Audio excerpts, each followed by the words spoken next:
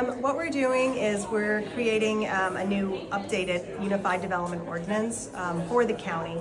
A Unified Development Ordinance takes into account zoning, subdivision regulations, landscape, signage, etc., those type of laws basically, and creates new language, updates language, make sure that there's no conflicts.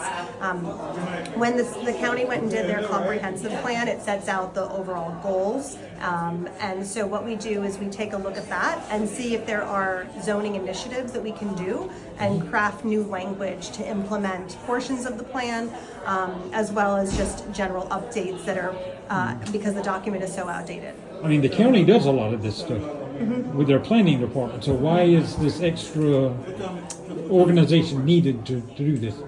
When you go through a full update like they're doing, it takes an awful lot of time.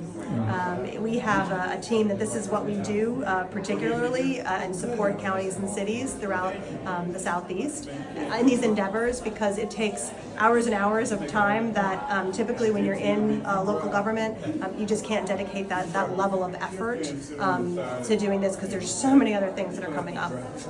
And now, how much public input is going to be in the next 16 months? And what the public has to say, how will you integrate that into what you're doing? We've got a website that's active right now that has a survey. We'll probably have more activities as we set up our upcoming open house. We have an open house that will be sometime in January, so we'll let the public know about that. That's really an opportunity for the public to drop in to give us very specific feedback on questions that we'll have and some strategies potentially of how to make some zoning updates. And so we'll go ahead and post all of that, give an opportunity both in person, and everything we're going to do in person we'll try to also post online so people can give feedback that way. Yeah, why do we need this? Well, thanks. Like Councilmember Anderson actually was in the comprehensive plan, of course, is 11, 12 elements.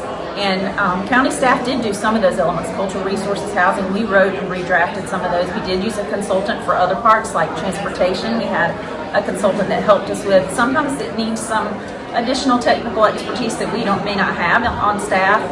Number two, we have a pretty small staff, and we are dealing with all the current planning that's happening. New development plans that come in, we're reviewing those. So this will allow us, number one, to be able to keep up with current plans while the consultant works on drafting new language. We're going to be very involved. We have bi-weekly meetings with the consultants. Everything obviously is going to come through our office and eventually through the Planning Commission and Council. But it does allow us the time to work on the current things, and they can work on drafting and giving us things to review periodically. And I also think, too, they've worked with a large number of other jurisdictions, some in South Carolina, North Carolina, Georgia, like she said. Sometimes it helps to get a different perspective from someone who's looked at another organization or county that's had similar issues that we do, and sometimes it helps to kind of have that outside perspective. Again, we want to funnel it all through our folks and our good homegrown Georgetown County people, but sometimes it gives us a little bit broader range of information to look at. Right, we're talking about, like she said, rewriting code that some of it's been in place since the 70s. Now, we have tweaked and updated multiple sections of that zoning ordinance multiple times, but as a whole, a whole rewrite, we're talking about changing stuff that's been in place for a good long time.